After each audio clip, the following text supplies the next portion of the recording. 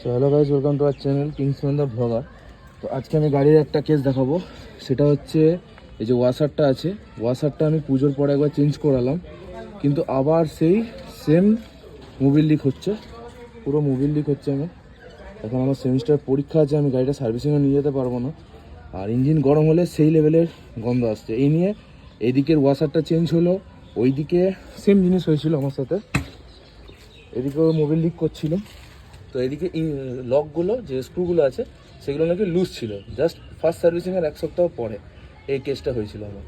মানে আমার অবস্থা এমন হয়ে যাচ্ছে, আমি নিজে খেপে আছি। গাড়ি অলমোস্ট মাইলেজ, গাড়ি বিন্দাস আছে, গাড়ির কোনো প্রবলেম নেই, জাস্ট এই মোবিল লিক। 14 বার যদি মোবিল লিক হয় আমি রীতিমতো পাগল হয়ে যাবো।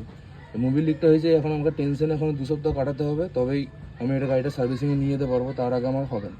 মানে আমার এমন অবস্থা হয়ে গেছে, আমি রীতিমতো জাস্ট বিরক্তি লাগছে আমার এবার।